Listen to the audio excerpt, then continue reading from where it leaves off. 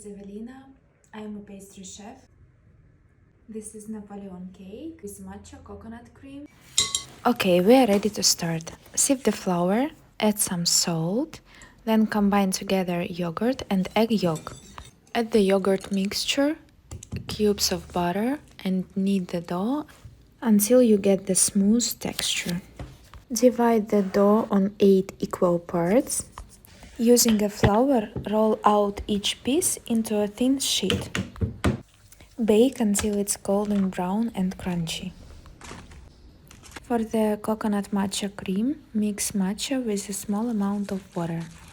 Add egg yolks, corn starch, and agave syrup. In a saucepan, heat up the coconut milk. Remove coconut milk from the heat and pour into the matcha mixture. Pour the mixture back into the saucepan and cook over the medium heat and finish with coconut oil. To assemble a cake, cover each layer with a cream.